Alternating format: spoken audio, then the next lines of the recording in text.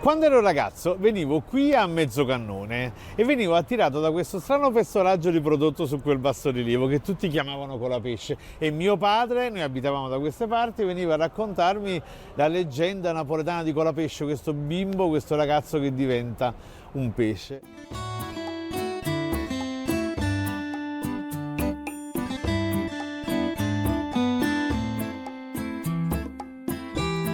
La leggenda di Colapesce è una leggenda siciliana e probabilmente l'abbiamo importata.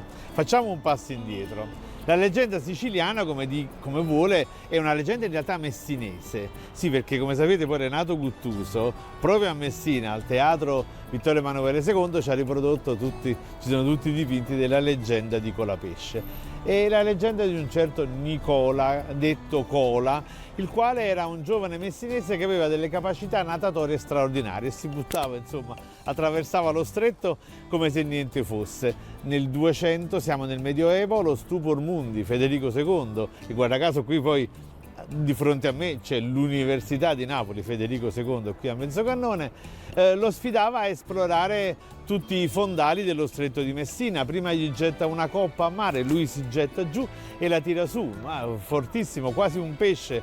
Ancora più in alto mare getta la sua corona, ma il nostro Cola riuscirà a portarla sempre su, e ancora più in alto gli getta un anello preziosissimo, e Nicola si butta giù e riesce a tirare fuori questo anello. Ma durante l'ultima immersione, quella più profonda, si accorge che la Trinacria, la Sicilia, poggia su 3 pilastri, su 3 colonne, e la colonna nord-est, quella diciamo della zona del Messinese, zona vulcanica, si è consumata, sta per cadere a causa delle eruzioni vulcaniche. E allora la leggenda vuole che il nostro giovanotto si sacrifica, si mette lì al posto della colonna e salva, sacrificando la sua vita, l'intera Sicilia. Questa era la leggenda siciliana, quella conosciuta da tutti. Però mio padre, quando venivamo qui a Via Mezzocannone, me ne raccontava un'altra, di un Colapesce napoletano.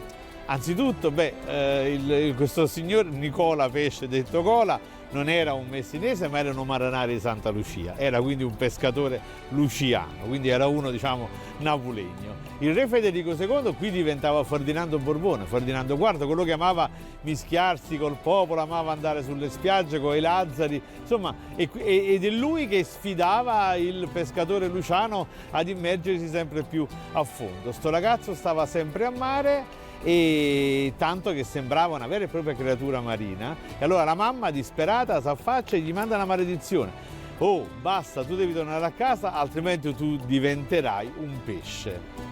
La maledizione coglie, il nostro Nicola Pesce diventa realmente un pesce. Sul corpo compaiono delle squame, le mani e i piedi cominciano a essere palmati, e porta un coltello nella mano, e infatti il coltello viene riprodotto nel bassorilievo. Si racconta che lui, per fare i grandi viaggi oceanici, usava, prendeva un passaggio, si faceva inghiottire dai grossi pesci, poi arrivato a destinazione lacerava il ventre del povero pesce e usciva fuori. E questa è la storia del nostro Colapesce napoletano.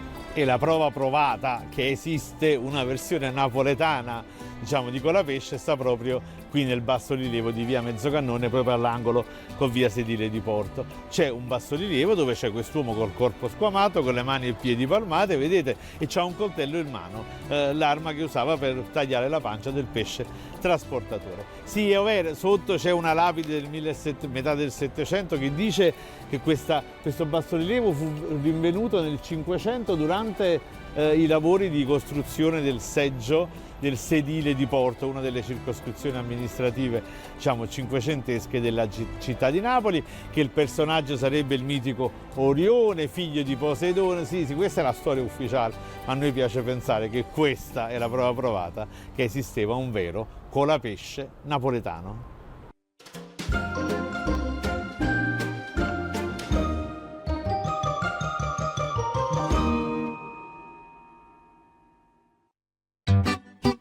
A Napoli ogni giorno c'è sta cosa fa, e allora ho pensato di fare un libro, Napoli 365, che ogni mattina ti suggerisce dove andare, cosa celebrare e che cosa fare. Insomma, un libro da tenere in gabinetto e studiare, perché si sa, nessuno nasce imparato, a cattata villa.